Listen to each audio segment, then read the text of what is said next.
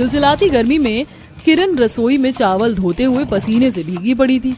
इस गर्मी ने तो कसम से भूचाल मचा कर रख दिया। पानी भी लावे जितना खौल रहा है। चावल धोने में ऐसा लग रहा है जैसे मेरे हाथों में छाले पड़ गए। सच में इस गर्मी के मौसम ने तो सुकून छीन रखा है। सवेरा चढ़ता नहीं कि सूरज देवता आग उगलने लगते हैं। गर्मी से रात में नींद नहीं पड़ती और सवेरे रसोई में खाना पीना बनाने में लगना पड़ता है। पांचों बहू गर्मी में रसोई के काम में जुटी थीं, तभी पानी का अभाव देखकर बबीता बोलती है, किरण, चावल का धोया हुआ पानी फेंकना मत, मैं उसे सब्जी धोने में इस्तेमाल करूंगी। अरे बबीता जेठानी जी, चावल के धोवन पानी से तरकारी किस लिए धोएंगी? और एक पानी की धुलाई में घुइयां थोड़ी ना साफ होगा।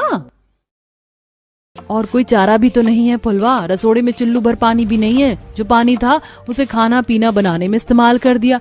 और ये अरबी भी मिट्टी वाली किन है, नदी भी तो कितनी कोसों दूर है। कोई नहीं, गागर मटकी दीजिए, हम नदी पर से पानी ढोकर लाते हैं। मैं भी तुम्हारे साथ पानी भरने नदी पर चलती हूँ, इसी बहाने पेड़ पौधों की थोड़ी ठंडी शुद्ध हवा शरीर में लग जाएगी। मंजरी और फुलवा दोनों खाली मटकी उठाकर नदी पर जाने लगती हैं। तभी सास कलावती कहती है, अरे बहू, तुम दोनों नदी पर जा रही हो ना, तो जंगल से दातून भी तोड़ कर ले आना। एक भी दातून नहीं है कि मुंह धो सकूं।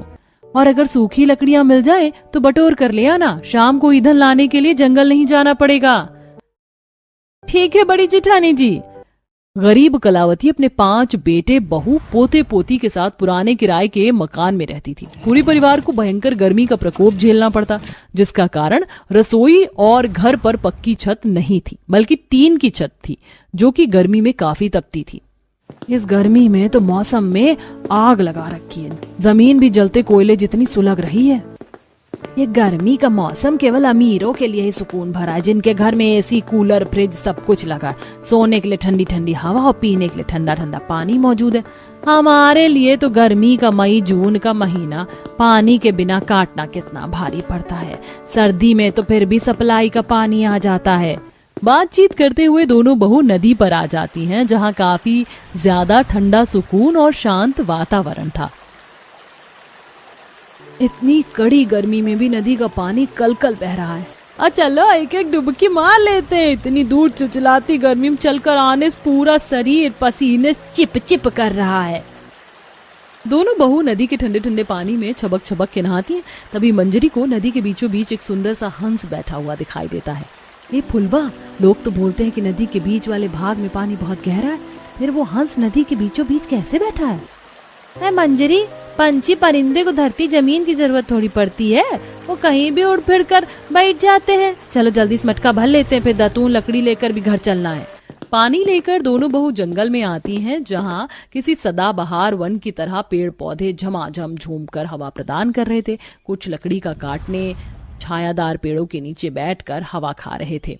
ये देखो पुलवा, इस बांस की पेड़ से कितनी सारी नई नई पचखियां और टहनी निकली हैं। इसका दातून करना दांत के लिए बहुत लाभकारी होता है। दांत में मजबूती आती है और ब्रश मंजन खरीदने के पैसे भी बचेंगे।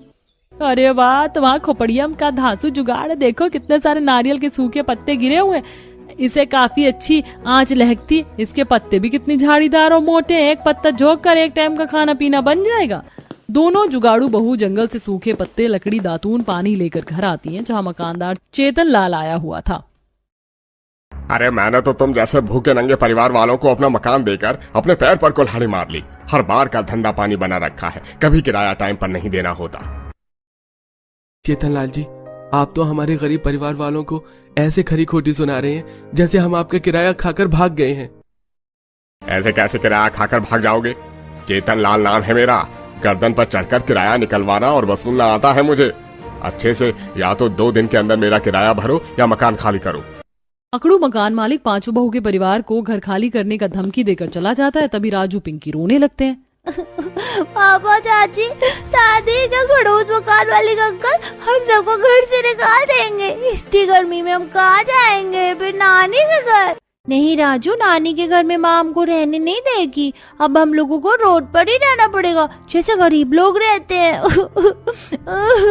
बेचारे दोनों मासूम बच्चों के अंदर घर से बेघर हो जाने का ख्याल बस जाता है, जिसे देखकर सब रो पड़ते हैं। क्या फायदा हम 5 भाइयों का होने का, खून पसीना एक करके भी आज तक हम अपने परिवार वालों को न तो ढंग से खर्चा चला पा रहे हैं और न ही थोड़ी जमीन खरीद सके कि छोटा मोटा घर बनवा लेते। लखन भैया, बेरोजगारी इतनी ज्यादा बढ़ गई है कि गरीबों की संख्या बढ़ती जा रही है और काम की मार मारी है। चेतन लाल को तो फिर भी हम लेट सेट किराया दे देते हैं, मगर कहीं और रूम देखेंगे तो एडवांस देना पड़ेगा और हमारे पास तो एक फूटी कौड़ी तक नहीं है। आप सब इतनी चिंता क्यों कर रहे हैं? अरे यहाँ भी हम किराया भर कर रह रहे हैं, पानी की सुख सुविधा भी नहीं है, गर्मी में कितनी दिक्कत परेशानी होती है और इस रसोई घर की छत भी टीन की है, कितनी ज्यादा तपती है, रसोई में रहा नहीं जाता। हम भाई कितनी गर्मी में लकड़ी के गट्ठर काट कर बाजार में बेचने जाते हैं, लेकिन अब लोगों ने अपने घर में गैस चूल्हा लगवा लिया, इसलिए कोई लकड़ी खरीदता नहीं। सब लोग भीषण गर्मी में रूखा सूखा खाकर सो जाते हैं। अगले दिन पांचों बहू नदी पर आती हैं, जहाँ कुछ धोबी भांस की झोपड़ी के आकार के नाव में धुले हुए कपड़े लेकर पार जा रहे थे। देखो जरा इन धोबियों ने बांस का कितना टिकाऊ मजबूत नाव बना रखा है और ये पानी पर कितने अच्छे से तैर रहा है। अच्छी बात तो ये बबीता कि नाव के अंदर छांव है, क्यों ना हम भी पानी पर घर बना कर रहें। ललिता का विचार किरण को अच्छा लगता है। सचमुच जब इस नदी किनारे इतनी ठंडक है तो इस तैरते पानी पर कितनी ठंडक होगी। तभी तो पंछी घोंसले छोड़कर पानी पर बैठते हैं दिन भर। तभी एकदम से नदी में तेज लहर उठती है और अब उन्हें नदी के बीच में साफ साफ जमीन दिखती है। वो देखो, इस गहरी पानी वाली नदी के बीच में सूखी जमीन है, हम वहां पर अपना घर बसा सकते हैं। वैसे भी 2 दिन के अंदर हमें घर खाली करना पड़ेगा, अभी दूसरा घर हमारे पतियों ने ढूंढा भी नहीं है। अब यही एक चारा बचा है गर्मी से बचाव करने का। पांचों बहू घर लौटकर इस बारे में अपने पतियों को बताती हैं और सब जरूरत का सामान लेकर नदी किनारे आते हैं। इस नदी का पानी काफी गहरा है, हमें उसे सूखे स्थान तक पहुंचने के लिए नाव चाहिए होगा। इस जंगल में कितना सारा बांस का पेड़ है, हम इसी से अपने लिए एक नाव बना लेते हैं। अब पांचों भाई बांस काट कर ला कर देते हैं, वहीं जुगाड़ू बहुएं लकड़ियों को रस्सी से जोड़कर कुछ घंटों में बांस की नाव बनाकर पानी पर नाव खेव कर जमीन तक पहुंचती हैं, जहां चारों तरफ गहरा पानी ही पानी था और गहराई में काफी सारी मछलियां तैर रहे थे। देखो सब लोग, इस पानी के अंदर तो कितनी सारी मछलियां हैं और इस तैरती पानी वाली जमीन पर कितनी राहत है। अब हम यहीं पर अपना बांस का घर बसाएंगे, क्योंकि बांस हल्का होता है, वो पानी में डूबेगा नहीं। आप पांचों भाई हमारे लिए इस पानी पर ही रसोई भी बना दीजिएगा। अब पांचों भाई जंगल से काफी मात्रा में मोटे मोटे बांस की लकड़ी लाकर तैरती नदी पर घर रसोई बनाते हैं। वहीं बहू ये नदी किनारे उगी ऊंची ऊंची घास को उखाड़कर उनसे छत का निर्माण करती है।